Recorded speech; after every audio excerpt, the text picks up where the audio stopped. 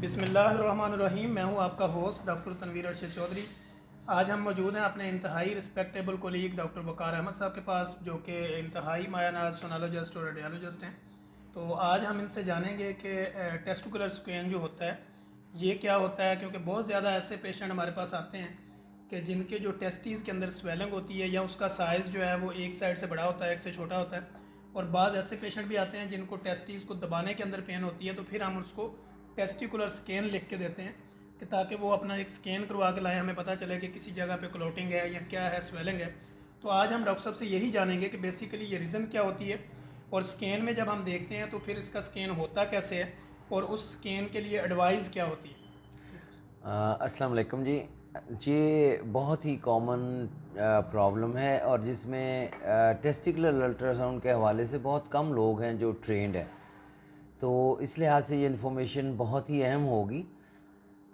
बताता चलूँ कि ये जो टेस्टिकुलर स्कैन है, फिजिशियन एडवाइस करते हैं, उनके ज़हन में दो तीन चीज़ें ही होती हैं। नंबर वन, या तो उन्हें कोई ट्रॉमा की हिस्ट्री मिले या सूजन है। अब सूजन की कई किस्में हो सकती हैं, वो इन्फ्लेमेशन भी हो सकती है, वो कोई अंदर कैंसर हो वो भी हो सकता है, कोई हार्ड चीज़ जो है अंदर महसूस हो रही हो तब भी ये इंडिकेशन बनती है। फिर एक बहुत कॉमन चीज़ है, लोग वैसे ही आ जाते हैं कि जी मेरा एक साइड बहुत भारी है, इसमें ऐसे जैसे कीड़े कीड़े हों, तो उसका भी एक ख़ास नाम है, वो वेरिकोसील्स हम उनको बोलते हैं, जो कि मतलब खून की वापसी की नालियाँ जो टेस्टिस के अंदर से निकलती हैं, उनके वेल्व्स की कमज़ोरी की वजह से ये जैसे बैग ऑफ वर्म्स की हम टर्म इस्तेमाल करते हैं वो हो जाती है। तो ये मतलब इनको ब्रॉडली स्पीकिंग हम कैटेगराइज करेंगे। नंबर वन, इन्फ्लेमेशन, जो बहुत कॉमन है, और हमारी hygienic condition, washroom, rest room conditions are not really very good, तो people usually caught up with these ascending infections. दूसरा ये है कि मतलब इन्फ्लेमेशन जो कुछ भी हो सकती है, ब्लड से आ सकती है, बाहर से जा सकती है। तीसरे नंबर पे फिर ट्यूमर्स आ जाते हैं, इधर बेनाइन और मैलिग्नेंट। प्लस इसके साथ जो टेस्टिस के जो ड्रेनिंग एरियाज़ होते हैं जहाँ से स्पर्म और सिक्रीशन जाती हैं, वो नालियाँ भी सूजन में आ जाती हैं, जिनको एपिडिडमाइटिस कहते हैं, और दोनों के कॉम्प्लेक्स को हम एपिडिडमो ऑर्काइटिस, ये एक मोस्ट कॉमन टर्म है। तो ये ब्रॉडली स्पीकिंग ये सारा एक है सारा सिनेरियो जिसके अंदर ये चीज़ें हमें देखना पड़ती हैं। और एक और चीज़ ऐड करता चलूँ, इसमें पानी की मिकदार भी बाज़ दफ़ा जो सेल्स होते हैं लाइनिंग के, वो ओवर सिक्रीशन करना शुरू करते हैं, जिसको यूजुअली हम कहते हैं हाइड्रोसील, पानी की थैली बन जाना। तो ये कॉमन चीज़ें हैं जो हमें जब फिजिशियन रेफ़र करता है तो बीइंग अल्ट्रासाउंड स्पेशलिस्ट हमें ये देखना पड़ती हैं जी। दूसरा डॉक्टर साहब, जैसे पेशेंट हमारे पास आता है, बेसिकली उसकी कंप्लेन जो होती है कि जैसे कोई कबड्डी का प्लेयर है, कबड्डी खेलते हुए उसको लगता है कि शायद किसी ने बड़े ज़ोर से पकड़ा था, तब से मेरे पेन नहीं जा रही। और बहुत ज़्यादा ऐसे पेशेंट भी होते हैं जो टैबलेट यूज़र्स होते हैं, ड्रिंकर्स होते हैं, और सेक्सुअली अपने आप को बहुत ज़्यादा हैवी करने के लिए बेशुमार ऐसी मेडिसिन या ऐसी मेडिकेशंस करते हैं। तो उस सूरत हाल में भी वो बताते हैं कि जैसे ही मैं डिस्चार्ज होता हूँ उसके बाद से ये पेन मुझे नीचे वाले हिस्से पर रहती है। फिर जब हम उसको फिज़िकली देखते हैं लिटा के, तो उसमें एक चीज़ कॉमन होती है कि दोनों टेस्टिस के दरमियान में जब हम फिंगर रख के उसको दबा के देखते हैं तो पेशेंट कहता है मुझे यहाँ भी फील होता है, लेकिन मेरी राइट साइड या लेफ़्ट साइड पे ऊपर स्वेलिंग ज़्यादा है, या जब उसको मैं जब दबाता हूँ तो मुझे ज़्यादा पेन होता है। फिर दूसरी सूरत हाल होती है कि जब मैं पानी ज़्यादा पी के यूरिन पास आउट हो जाए तो फिर मेरा पेन कम हो जाता है। अब मेरा सवाल ये है कि जैसे ही इस कैटेगरी का पेशेंट आता है, हम उसको स्क्रोटम या उसका टेस्टिकुलर जो भी स्कैन लिखते हैं, फिर हम उसको रेडियोलॉजिस्ट के पास, सोनोलॉजिस्ट के पास भेज देते हैं। अब उसके लिए एडवाइस क्या है, उसको यूरिन रोक के आना है, पानी पी के आना है, खाना खा के आना है, या किस कैटेगरी में आके उसने आके अपना स्कैन करवाना है। जी, ये जैसे हम देखते हैं कि एब्डोमिनल अल्ट्रासाउंड, पित्ते के अल्ट्रासाउंड के लिए या बच्चेदानी के अल्ट्रासाउंड के लिए हम अक्सर कहते हैं कि पानी पी के पेशाब रोक के आएँ, ताकि मसाना जो है ना वो हमें अल्ट्रासाउंड स्पेशलिस्ट को एक विंडो देता है जिससे साउंड नीचे पास हो के हम अच्छी चीज़ें देख सकते हैं, और कुछ चीज़ मिस होने के चांसेस बहुत कम होते हैं। लेकिन जो टेस्टिस का स्कैन है, इसमें देयर इज़ नो कंडीशन कि हम उनको पेशाब रुकवाएं, खाने का अमल या कुछ रोकें या भूखे पेट, nothing else.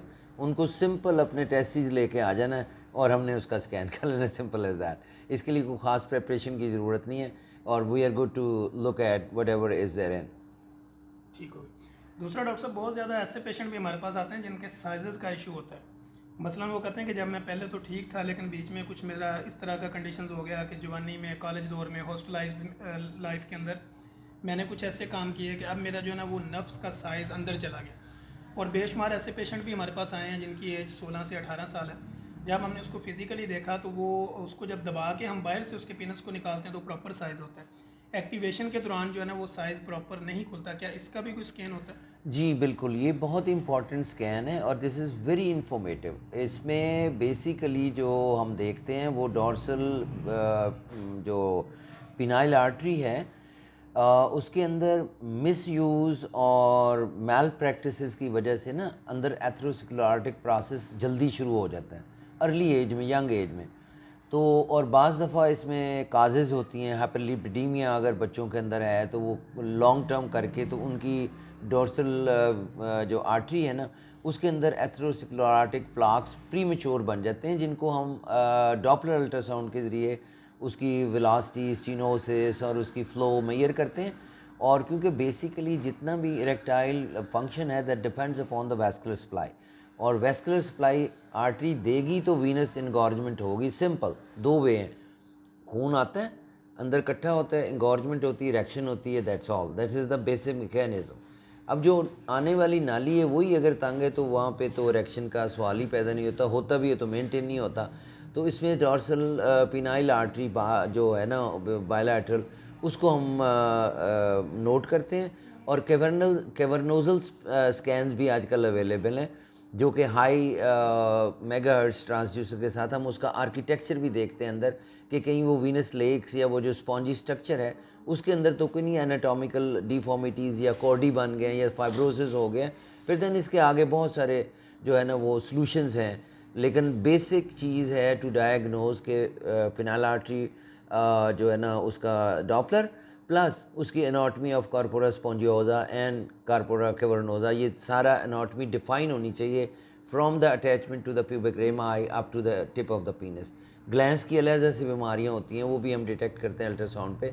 This is very highly sophisticated and expert sonologist can do that, otherwise this is not a domain of a common sonologist with having a low qualification. Thank you so much doctor Waqar. हमारे तमाम viewers, follower, patient, friends and family से हमारी ये request है कि हमने basically कोशिश की है हमेशा कि करंट इशू को एड्रेस किया है, इन्फॉर्मेटिव सेशन आप लोगों के लिए किया। हमने कभी भी कोई नॉन प्रोफेशनल बात इसलिए नहीं की क्योंकि हर बॉडी का फिज़ीक बिल्कुल डिफरेंट होती है, हर एक पेशेंट का सिनेरियो बिल्कुल डिफरेंट होता है। इसलिए हम ये बिलीव करते हैं कि जो भी पेशेंट बेसिकली हमारे सामने होता है फिज़िकली, फिर हम देखते हैं कि फ़िज़िकली उसकी क्या पोजीशन है और उसकी ब्लड इन्वेस्टिगेशन में क्या आता है, फिर उसके जो है ना प्लस स्कैन में क्या आता है, तो फिर हम उसका ट्रीटमेंट बताते हैं। इसलिए हमारे कई व्यूअर्स हमें कहते हैं कि जी आप ट्रीटमेंट तो बताते नहीं। बेसिकली हमारा ये वीडियो बनाने का पर्पस जो है वो अपने व्यूअर्स के नॉलेज को अपडेट करना है, ताकि उनको पता चले कि अगर मेरे अंदर कोई ऐसी सिम्टोमेटिकली चेंजिंग है तो मुझे कौन सी स्पेशलिटी में जाके अपना ट्रीटमेंट करवाना चाहिए। तो हम इंशाल्लाह कोशिश करेंगे कि नेक्स्ट एपिसोड के अंदर एक नई इन्फॉर्मेटिव वीडियो के साथ दोबारा आप लोगों के लिए हाजिर होंगे। तो डॉक्टर वकार साहब की तरफ हम जाते हैं कि ये फाइनल कंक्लूजन। ये जी मैं ज़रा सिर्फ ऐड करना चाहूँगा, सिर्फ एक जो बहुत ही बेसिक इन्फॉर्मेशन है उसमें दो चीज़ें कॉमन हैं। एक तो मम्प्स हमारे मुल्क में बल्कि all over the world it's very common, और मम्प्स में ये ख़राबी होती है कि ये ओवरीज़ और टेस्टिस को जो है ना वो बिल्कुल डैमेज कर देता है, स्मॉल साइज़ हो जाते हैं। बंदा चंगा भला 45 साल का तो टेस्टिस एडे तो वो ना तो बच्चा पैदा करन जोगा ना स्पर्म पैदा करन जोगा, मुसीबत गल पई रहिंदी और उसदा डायग्नोसिस भी कोई नहीं हुंदा। The ultrasound will tell us the consistency, softness, hardness and the parenchymal texture which is present in the testes. एक चीज़ ये हमें ख्याल रखना। नंबर दो, बहुत कॉमन चीज़ है कि अनडिसेंडेड टेस्टिस या एक्टोपिक टेस्टिस, ये very beginning of the life ही अगर ये डिटेक्ट हो जाएं, बट माएँ अक्सर बेटे पैदा होते हैं तो देखती हैं कि एक थैली खाली है, एक में कुछ है। वो जो खाली थैली है वो या तो कहीं फंसी होती है या फिर उनका अर्ली ट्रीटमेंट उसका मुकम्मल हाल है और वो इग्नोर नहीं होना चाहिए। ये मतलब अपने व्यूअर्स के लिए मैं कहना चाहूँगा वो ज़रूरी है कि वो अपने बच्चों के टेस्ट जब पैदा हों तो पैल्पेट करें, देखें कि दोनों हैं या एक है, या एक नहीं है तो कहाँ है। तो ये चीज़ें जो है ना दो बड़ी कॉमन है। माप्स उसका ख्याल रखना है कि हर बंदे को होता है अपनी एज में, तो उसमें टेस्टिस ही डैमेज होते हैं और इनफर्टिलिटी की one of the major causes is the mumps related atrophy of the testis. और फिर अनडिसेंडेड आर एक्टोपिक टेस्टिस उन लभना पैंदा कि कित्थे पिया है, उन फिर उस हिसाब नाल करके ते ओहदी थैली च पाओ ते अल्लाह अल्लाह खैर चला, जिंदगी आसान। Thank you so much doctor Waqar. My player.